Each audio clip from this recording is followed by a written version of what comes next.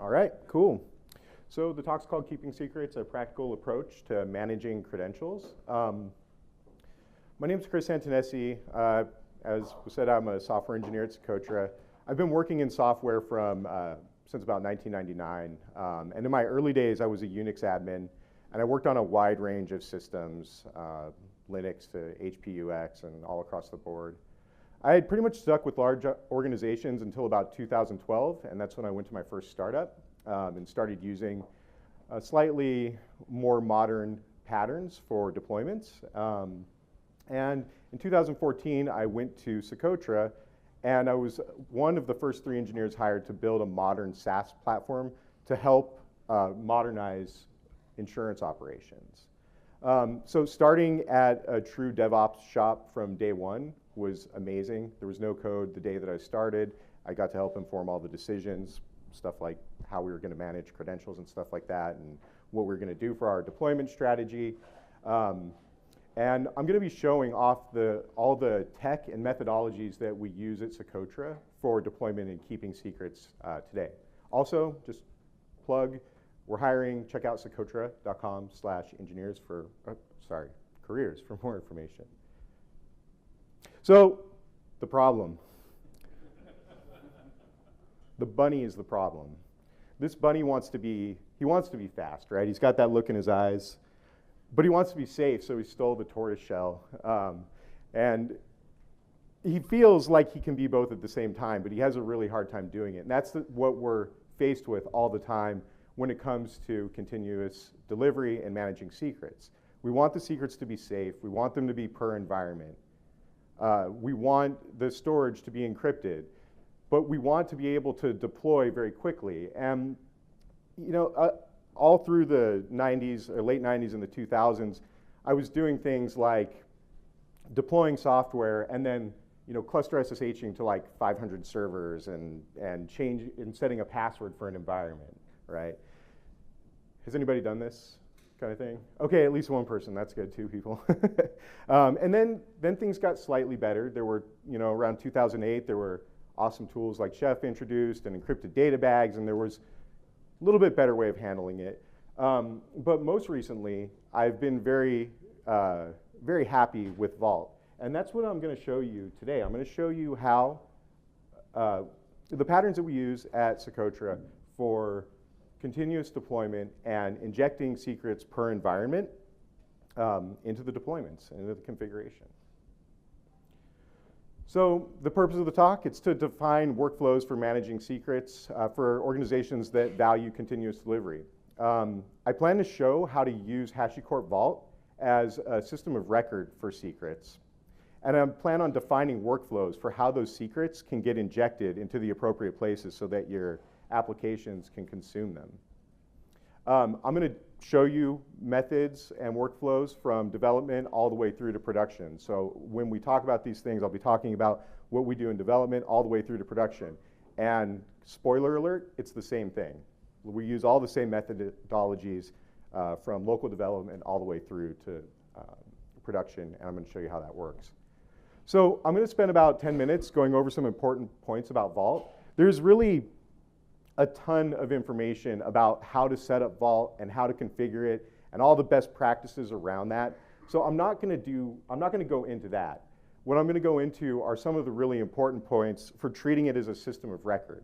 This is going to be the source of truth of your secrets in your organization, and that's really, really important. So there's a handful of things that you don't really get from the Getting Started guides that I plan to show you, and so I'm going to spend some time doing that.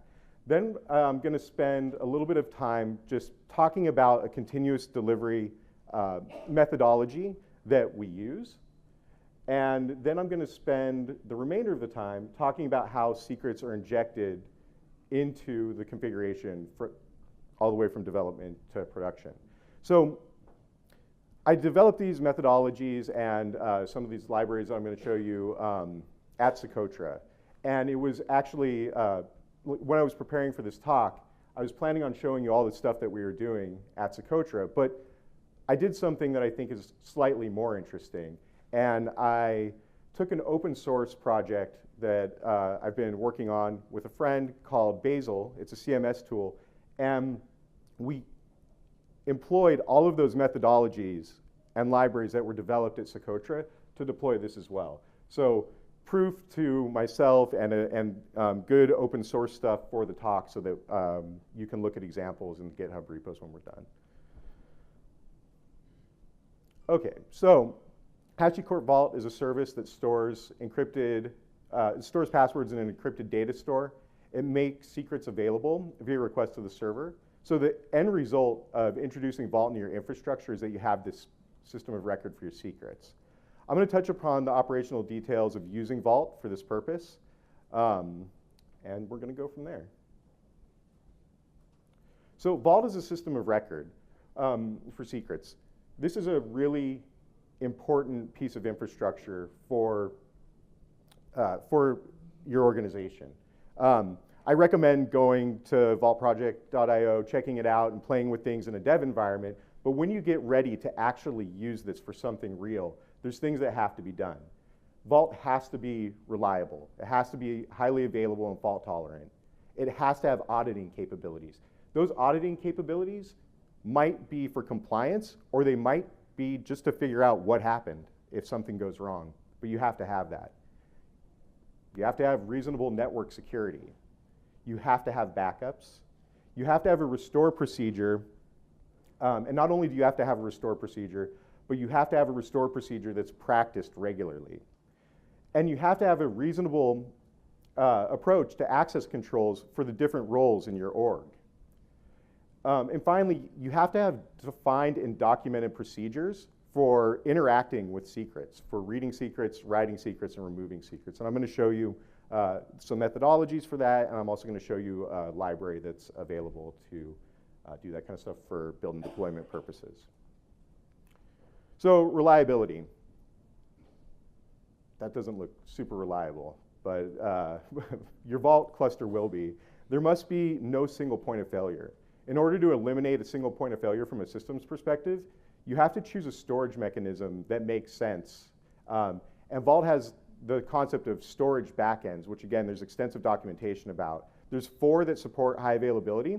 They're DynamoDB, etcd, Zookeeper, and Consul. I'm going to recommend Consul for the following reasons. First and foremost, it's automated provisioning using Chef. It just makes it super easy. And it makes it possible to provision this the same way that you provision everything else, provided that you're using Chef for that. Mechanisms, it has mechanisms for service discovery and failover, and that's what Consul's good at. So you get that right out of the box, whereas if you do something with Dynamo or etcd or Zookeeper, you're likely going to have to build that stuff yourself. And there's also a well-defined method for backup and recovery. This stuff is well documented, and there's patterns for doing this kind of stuff. So here I show you an example architecture, and that URL is ridiculous. If you just search for deploying Consul in AWS, you would find this, but I can make this available as well. But here you see that you have multiple nodes spread out across multiple availability zones, and you're using Consul to manage this cluster. And by following this guide, you will get this kind of architecture for your Vault cluster. So auditing. It's important to see what happened over time. So you should enable auditing on every action. The way that you do this is with Vault Audit Enable, and then you can choose the different kinds of logging capabilities that it has. You could log to a file, syslog destination, or socket. So whatever makes sense in your organization, that's what you should use there. So network security, server communication should all happen over TLS, as we want the transmission of this data to be encrypted between build nodes and developer workstations and the Vault infrastructure.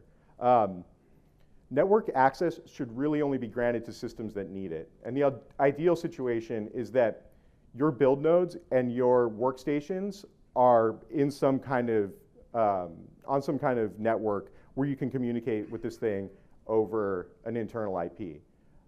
That's the best practice. That's the best case scenario. However, people use tools like Circle and Travis, people are using certain technologies that don't lend themselves to being able to do that. So if you absolutely have to, you should really tighten up network access control via firewall, security groups, or whatever that mechanism is for your organization. And if it has to happen over the internet, at a minimum, you should do that, and you should make sure that everything's communicating over TLS. And again, the steps for doing this kind of configuration are well documented in the Vault documentation. So you have to have a backup and restore procedure. You have to have this road to recovery here. You need to back up regularly. And this is whatever makes sense for your organization. If you're a small startup where you have a handful of engineers and secrets are changing infrequently, then it could be totally fine to do a backup once a week. If you're in a larger organization or a mid-sized organization and secrets are changing all the time, then you need to do backups more frequently. At Socotra, we practice restoring everything once a week, which sounds crazy unless you have everything automated, and then it's not that bad. But I highly, highly recommend that if you introduce this kind of system, that you have not just a procedure for restoring your secrets, but that you also have the practice doing it, that you have an actual drill to go through this with some regularity. Now again, it might not make sense for your organization to do this once a week, but you need to do it with some frequency to ensure that it works as intended in case there is a disaster. And most importantly, document a procedure to validate that the restore worked. This could mean dumping all of your secrets out of both places into some kind of common format and doing a diff. I mean, that would be the most simple way to do it. But come up with a validation process to ensure that there's consistency. Because again, this is a system of record. It holds a certain kind of importance. Even if it's not compliance, it's your sanity on the line. So the next point is about access controls. Here we have an example of a very simple access control scheme. We have engineer access control, a build access control, and an admin access control. And again, this is very, very simple, but you can see here that all the secrets for production are deployed to secret production, and all the secrets for development are secret development. Here, we're allowing engineers access to read from development, but denying them access to production. For the build node, that's the middle one, we're allowing read for both production and development, as we're going to need secrets for production and development to actually deploy both of those environments. And for admins, for the people who are actually going to be interacting with the secrets, we allow write to both secret paths. This is using the generic secrets backend, and again, which is very well documented with Vault. So now that you have policies for each type of user that you have, you need to have a token per user, because again, when it comes down to auditing and compliance and figuring out what happened, you can't have shared accounts. It does not make sense to do that. So you will create a token for each engineer with Vault token create policy, and then the role that you want to assign to that user. And then you would manage, and then that token would be provided to the user. All right, so now that we have all this, we need to define procedures for interacting with secrets. You want to ensure that you have a well planned out plan for inserting secrets, and you want to map out which secrets will be available at which path, and you want to keep the documentation up to date as much as possible. So what we ended up doing at Socotra and Basal as well was we documented out all the secrets that we had first, and we came up with a pathing structure that made sense. So again, using the generic secret backend, we have secret, environment, AWS, and then an access key, or secret, develop, or environment, mlab, DB password. So we mapped out all of our secrets, and then we, we mapped out all of our secrets and documented them before we started inserting any of them.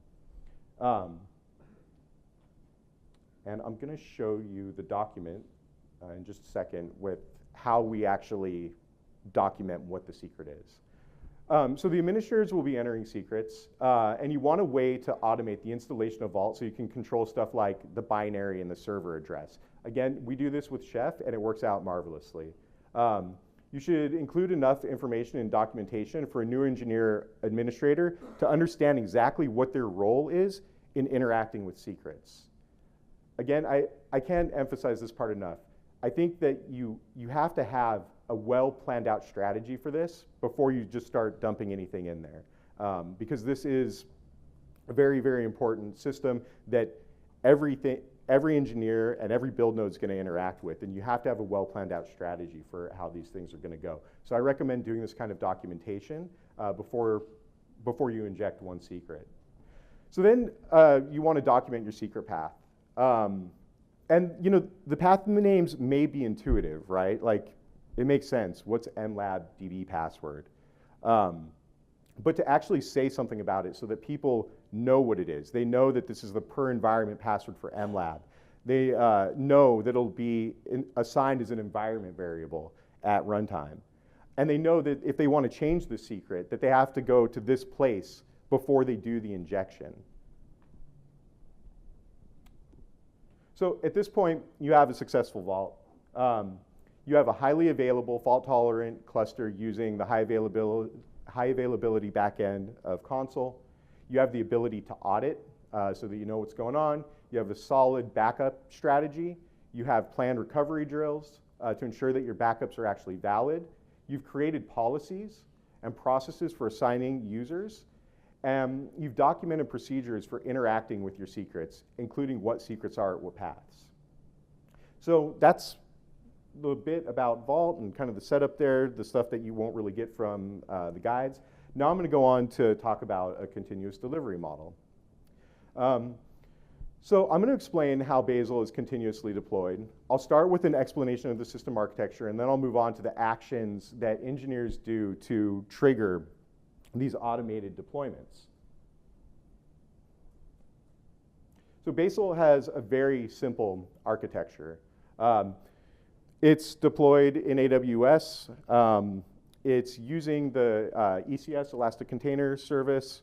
The nodes themselves, the application nodes, are in an auto-scaling group across 2 different availability zones.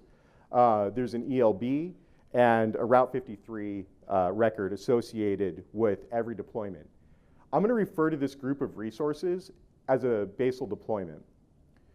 What happens with the Basal deployment is that every time there's an action against the repo, it creates a new deployment. And it either is seen as a development or a production deployment. And I'm going to go through the mechanics about how we handle changing DNS records and dealing with that kind of stuff after we create new deployments. So here's a development environment workflow. Basal uses getflow for branching and merging. So there's 2 long-lived branches in Basal, master and develop. Engineers create branches off of develop, and they create pull requests where the destination branch is develop. So whenever a pull request is created, there's a temporary merge of the branch with develop, and the build pipeline is executed. So the build pipeline will detect that the build is a pull request, and it'll create this set of resources. It'll create the ELB, the auto-scaling group, the nodes within the auto-scaling group. And it will create a DNS record that points to uniqueid.basal.com. At that point, there's a validation process. It's a series of read requests against uniqueid.basal, I said .com.tech, and it'll go through and validate that the application is working as intended, and then it'll tear all those resources down. This is to ensure that every change that's made is deployable and works as intended.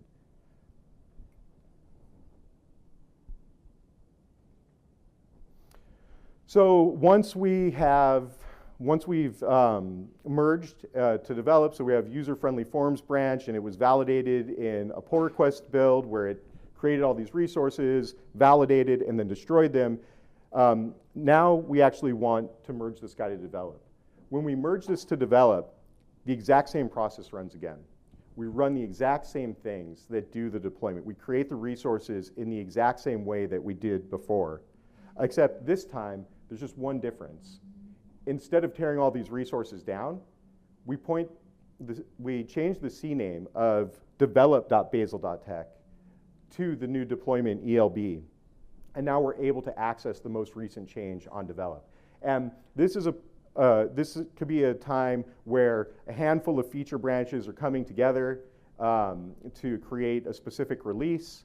And you can actually go to develop.basal.tech to validate that the things that you expect to work as intended before actually pushing this guy to production. All right, so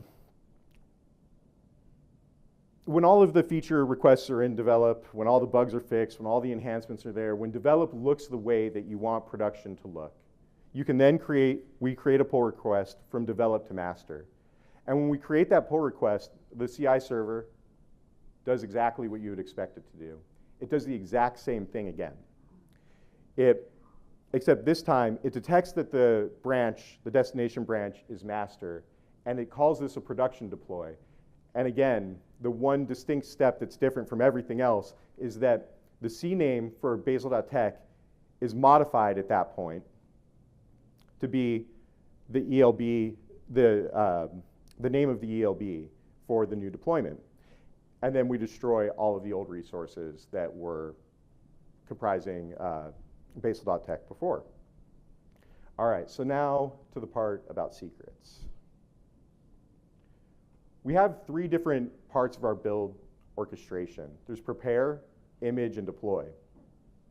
Running a Basal build is the aggregate of many different commands, right? Like we run npm to actually create the application. Or to build the application. We run Docker to package it all up. We run Docker to push it into ECR.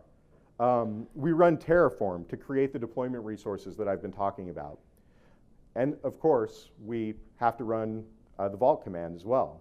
So I've chosen rake to codify the build and deployment tasks. So there's 3 different phases. There's prepare, image, and deploy. And I'm going to talk about prepare first, and I'm going to show a little code snippet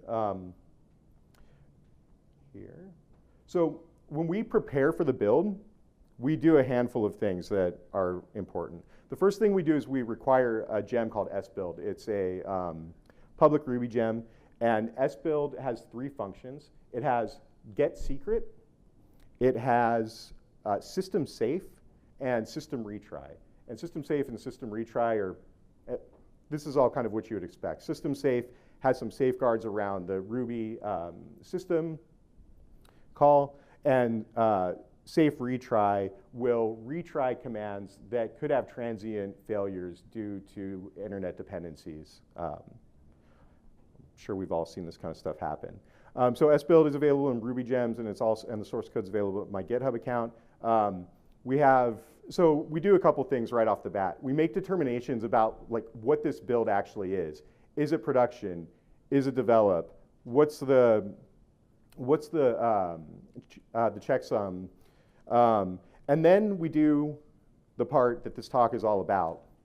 We make an environment determination, again, based on the branch, and then we get the secret based on the environment for where we're deploying. And I showed you those paths to the secret before.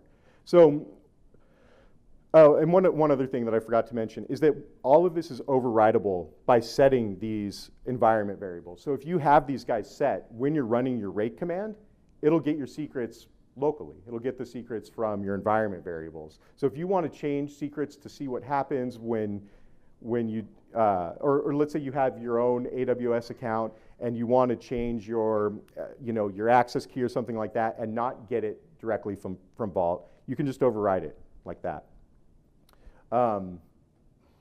Yeah, so it'll get the secret for the appropriate environment and it'll store it in memory. And it'll make that secret available down the line. And I'm going to show you that in just a minute. So the next part is about building the image. This is about how I'm building the Docker image for this guy. And as you can see here, I'm not using any secrets in the Docker image. I don't want to store Docker images with secrets in them and put them somewhere that people can have them. I want these Docker images to be agnostic. I want them to be environment independent. So I want to create something that is environment independent and that can take parameters, environmental parameters. And I'm going to show you how that works in the next slide. However, I do need to use these access keys to access ECR, so you can see that I inject those access keys there before I run this AWS command. And yeah, since those secrets are available from that first part for the environment that you're interacting with, that kind of stuff's available to you down the line. And now comes the actual deployment part. So I'm using Terraform for deployment. And you can see here that all of the secrets, all of the stuff that came from prepare are parameters in the deployment, in the execution of the deployment, the creation of these resources. So you can see that I have these, that I'm passing in the access keys, I'm passing in some Google auth keys, I'm passing in the DB password, and I'm running Terraform with this stuff, and they are getting templatized into the ECS task definition, and they will be available as environment variables inside the running Docker container. So at this point, you can do what you want with these secrets, right? Like, they're environment variables in the Docker container. It's running. You can do something with Chef to create templatized config files. What we did for Basal was we made it so that Basal would read from specified environment variables on execution time. So there was no reason to do anything else at that point. We inject these things as environment variables. Basal starts up. It has a list of things that it expects to be there, and those things are there, and those things are per environment because of the determinations that we made in the prepare phase, and because the deployment itself is parameterized.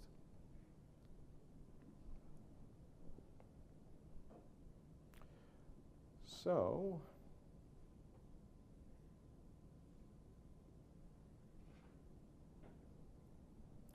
this is the ECS task definition. This is what the AWS API expects. These things, again, get passed through the system as variables in the rake file, and then they get passed to the Terraform command, which populates these and writes them to the AWS API to actually have these things injected into the running Docker container. So when the cluster is up and running, these environment variables, they'll contain all the passwords, and Basal will just read them and start up the way that it starts up. So I think that the thing that I wanted to pay the most attention to when doing this was thinking about where these secrets would end up, right? Like, I've already said that we want Vault as the system of record. This is the source of truth for your passwords. But it feels very important to know where these guys are going to end up at the end of the day. And for me, I didn't want them written to any disk in any kind of public service or something like that. So you have to consider your risk vectors when it comes to where these things end up. And the thing that made the most sense for us was to store these things in memory on the CI server and to inject them into the actual running container at start time, so that they were never written to disk in a place where someone could find them, or that they weren't written to logs or something like that. So I think that when you're doing this stuff, what actually happens to that secret when it's decrypted, and where it ends up, and where it's made available to the resources that are going to read from it, is a really important thing to consider. And for us, the thing that made the most sense, both with the Socotra project and Basal, was to inject these things at runtime so that they would be available like that. So yeah, this was born out of years of managing secrets in weird ways, and key pass wallets and passing them around. And actually at Socotra, what we end up doing is we have pretty extensive configuration, multi tens of lines of configuration files for a Java REST API service. What we end up doing is we pass all this stuff in as environment variables to the container, and then we do a chef run. The chef run is actually the entry point for the container. So it will take in all these environment variables, and this recipe will apply all of these environment-specific environment variables and create config files using templates, and it works out pretty nicely. So Basal is a case where we do everything with environment variables. Socotra does everything with environment variables too, but it takes it one step further and actually creates config files using chef at execution time. So that concludes my talk. I wanted to leave some time for some Q&A. I'm not sure if people have questions about how this stuff works, but I'm more than happy to answer them. Any particular reason for not going from the recipes into like Vault or console.io and grabbing the parameters that way instead of environment variables? Seems like the cleaner way of doing it, or? Well, the reason that I didn't do that is because if the servers are compromised, I don't want those things to be, I don't want the application server to have access to Vault. There's only two things so I talked about risk vectors, but I didn't mention this. There's only two things that have access to Vault in my infrastructure. It's engineer machines, which we have tight control over, and build nodes, which we have tight control over too. And so when thinking about it from a network access and network security perspective, I wanted to go that route with it. Having said that, I am tempted to do a proof of concept the other way and try and create really tight access controls around the application nodes themselves, and seeing how that would work and seeing what we can do with pen testing and if it actually makes a difference. So I have a question about renew the Vault token. Yes. So I remember the token can last maximum about 32 days. Yeah. Yep. So what kind of way so you recommend so we can put the code in the cookbook to renew the token? Yeah. So we actually have a manual procedure for doing this, and I know that it feels a little bit heavy-handed, but there's certain things around secrets that just can't be automated, right? Like for example, if we wanted to store all of these secrets in a file, that would be great. We could like auto-generate all this stuff, but like that's exactly what we're trying to avoid, right? We don't want to do that kind of stuff. So when it comes to, I'm kind of taking a little segue to get to my point. When it comes to doing certain things with Vault, we just have manual procedures that we do with some regularity, and they're part of our planning and they're part of the projection so that we can ensure that we're taking them into account when trying to accomplish our goals. But when it comes to the token renewal and how to propagate that, right now that process for us is manual. Okay, thank you. What is that you're talking about? The token renewal? So there's a root token for Vault. Well, actually, there's a handful of different times where you need renewal. For example, the root token is valid by default for a certain amount of time. There's a renewal process for that token that you have to do, and there's places that token has to be. So when you do that renewal, you have to ensure that you can that you have the procedures in place to make sure that it ends up where it needs to be after the renewal. Having said that, though, there is a way to disable that if the auto renewal, if it's an issue in your environment, or not just disable it, but there's also ways to change it. So again, when it comes to mapping out what you're going to do with your secrets, I think that it makes sense to account for this kind of thing in your plan.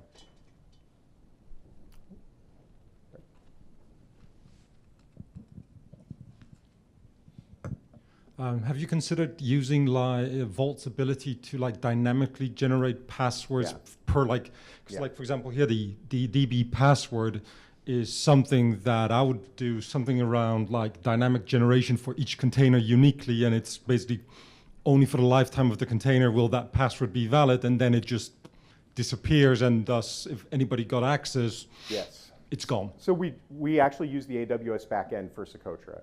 So there's a bunch of different secret backends. I've been talking about the generic one where you store secrets at a path and you're able to retrieve them at that path. But there's another one called the AWS backend. And that does exactly what you're talking about. You associate a policy with that, and it'll create keys dynamically every time. And then you can take those keys and inject them, and the keys will only live for the lifetime of the deployment or the container. That's exactly what we do at Socotra. We have a prepare phase, much like we're using for Basal, and it will generate those keys, and they'll propagate all the way down. And when it comes to the destroy, when there's like a promotion of a deployment to production, it'll take those keys and it'll destroy them so they're no longer valid. Having said that, this does take some finesse getting it right. But it is a very, very nice pattern that we followed and that I really like. And you know, again, speaking to compromise, if there is ever compromise, you're good, because you can tear that down. You create a new deployment, whole new set of keys. You tear down the other deployment. As part of that, it takes away those keys, and now you don't have to worry about it anymore. Yeah, good point. Thanks for bringing it up. So it looks like you guys are using just tokens to authenticate your build system. To have you looked at using the application role authentication, where you have to have 2 unique bits of information, so that you can actually store one with the code and have one be actually on the build system? Yeah, so I've been talking about what we're doing for Basal, but for Socotra we do that. Yeah, thanks for bringing that up too. I'm behind the pillar, just so you know. I just see the pillar. Yeah. So you had talked about things being well documented and standard practices. Where are those well documented? Yeah. Thanks for asking that. We're using, for the small project, we're using Google Docs, but for the bigger, for Socotra, which is a big project with a lot of engineers, we're using Confluence. I think that it would actually be really interesting to do some kind of feature for Vault where you could auto-generate documentation. At Socotra, we auto-generate documentation for everything, and it's just like part of the plan. But because this doesn't exist in Vault right now, this is a fairly manual process. Yeah, it's 3:40 on the dot. Thank you, Chris. Thanks.